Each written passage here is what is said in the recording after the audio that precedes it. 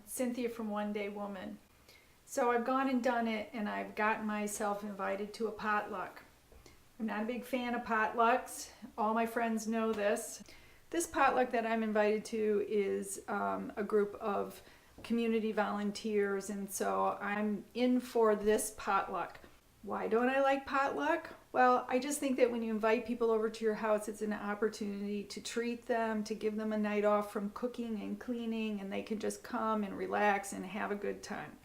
I continue to be obsessed with apples. I still have a refrigerator full of them. If you watched my earlier video, we did a little recipe from this apple cookbook. We're going to give it one more go for this potluck dessert that I'm going to make. There were lots of contributors to this little pamphlet.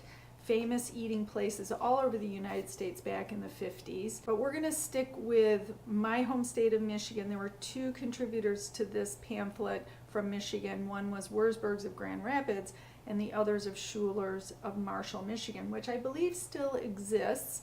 But this was a recipe contributed by them in the 1950s, and it's the Brandied Apple Nut Pudding with butterscotch sauce. I'm wondering if it's okay to bring something to a potluck with a slice out of it. I'm going to have to take a slice out of it because I need to taste it for you all today. For this recipe, I'm starting with some of my favorite ingredients: Nielsen Massey Madagascar Bourbon Pure Vanilla Extract, Laird's Apple Brandy, and from my local vendors, Farm Fresh Eggs, Stonehouse Sourdough Bread, and milk from Shetler Family Dairy. To start, we'll make the butterscotch sauce because it is needed as soon as the pudding comes out of the oven. Whisk 3 tablespoons cornstarch with 1/2 cup water. In a saucepan, boil 2 cups of water and then add 2 cups brown sugar and 1/4 cup butter. Next, mix in the cornstarch and water combo and heat the mixture, stirring constantly until thickened. This recipe does not specify a heat level. I cooked mine at a medium heat just below a boil. It also does not give a cook time. Mine took about 5 to 10 minutes.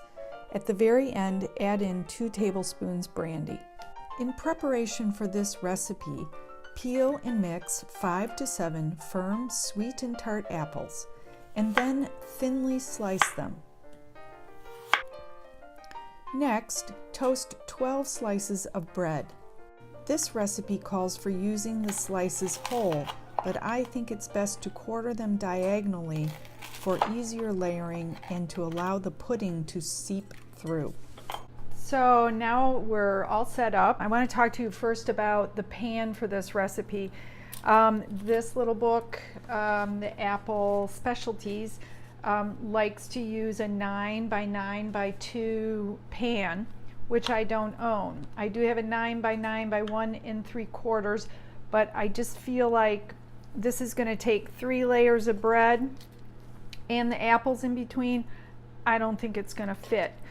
So I have had to jerry-rig a pan. I need a deep enough pan, and I need one that won't leak, but this is a spring form.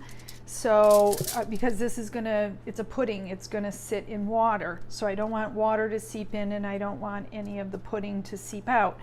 So I have put foil on it. This is an 8-inch round, deep springform pan, and I think it's gonna work just fine. Fingers crossed. Because this book was produced by the Processed Apple Institute, it calls for canned apples. We're going to use fresh apples, and I've sliced them very thin because I'm figuring that a canned apple is probably sort of partially cooked, and we want these to cook through, so I've sliced them really thin. I have a nice mix of Red Delicious and Northern Spice from my apple trees. So we started with 5 cups of sliced apples. Then we have 1/2 cup of melted butter, 1 cup of finely chopped walnuts, 1½ tablespoons of sugar, and 3/4 of a teaspoon of cinnamon. And we're going to mix this up. Okay, now we're going to take our pan, and because this called for a square pan, it called just to lay in the bread slices. I have made mine into little triangles to better fit into the round pan, and I'm going to do a layer of those. I'm going to slice a few even a little bit smaller so that they fit, and we have a nice layer. It's looking like a mosaic tile. I think that's good. Actually, I might do a couple of more thin slices, little wedges for here and there, and I think that's good. So then we're going to take half of our apple mixture and make our first layer. We're going to put in a layer here. Very nice. Don't be afraid to get your hands in there. Now we have a layer of bread, a layer of apples. We're going for our second layer of bread. Now we're going to go for another layer of apples. And I'm going to work this around evenly, getting the nuts all spread out evenly. Yeah, this is way high. It's almost filling this pan, so I can only imagine what it would have done in only 2 inches square pan. And finally, the final layer of bread. And it doesn't cover completely, but I think it's okay because we want the pudding to be able to seep down. But I think it looks nice. Okay, so we have the layers put together. Now we're going to crack 6 eggs. We're going to give that a whirl. Next we have 2/3 of a cup of sugar and 1½ teaspoons of vanilla, 1 teaspoon of salt, 2½ cups of milk. And we're going to beat this for 2 minutes. Now we have the eggs nice and frothy. And now we're going to pour this over the top of our apple and bread. Looks like it's going in really nice. Oh, we got some foamy topping here. And I'm going to give it a little shake. And then we have a pan with water in it. We want the water to come up a couple of inches. It doesn't say that in the recipe, but I just know from making, oops. So we had a little technical difficulty. I didn't make the foil up high enough to keep the water out. So we're going to try this again. I lessened the water and built the foil up. We need to put foil over the top of this, so that works out just fine. We're going to put another layer. I have the water coming up about 2 inches. The instructions in these old pamphlets aren't very good, so you kind of have to go based on what you've done in the past. This little pan has a really nice rim to it, so I can get the foil on the top pretty solid. And we're going to see how that all goes. It's going in the oven, 400 degrees. Finally got this out of the oven. It called for 45 minutes and I had to add an extra ½ hour onto it. We made the butterscotch sauce first, and it calls to put half of this on top. So I'm working it around to get it in all the crevices. And I think that that will do it. So now we're going to wait and let it cool a little bit. We'll see what we get.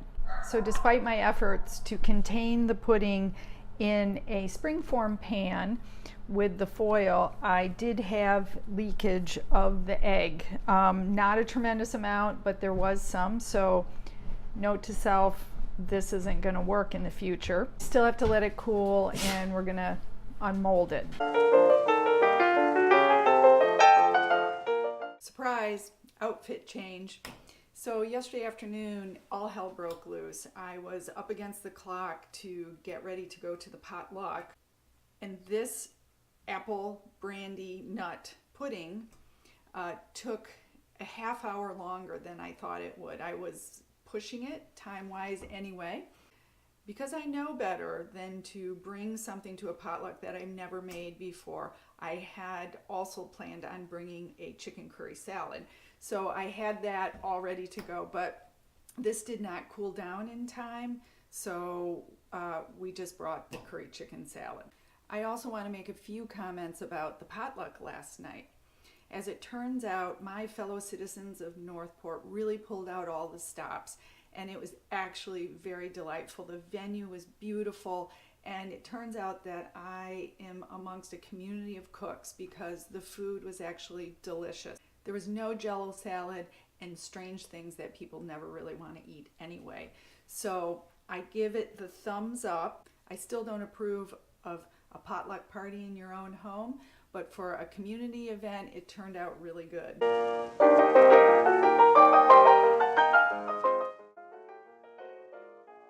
To finish the pudding, whip 1 cup heavy cream. After it starts to set up, add in 1/4 cup powdered sugar and whip until soft peaks have formed.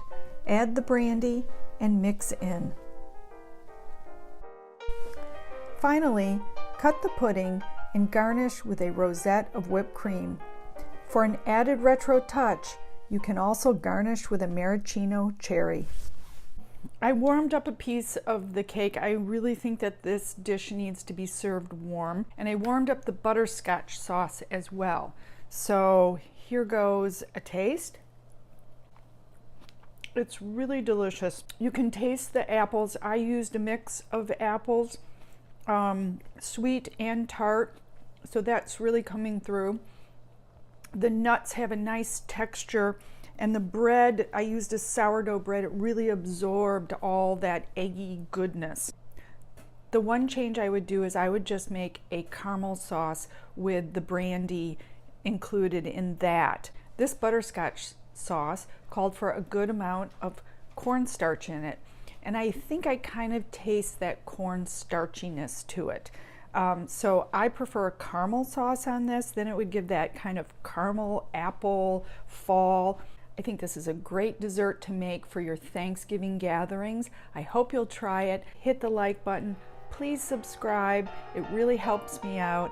And check below also for all the recipes. There'll be a link to my blog, onedaywoman.com. Bye. Why don't I like potlucks? I just don't like them.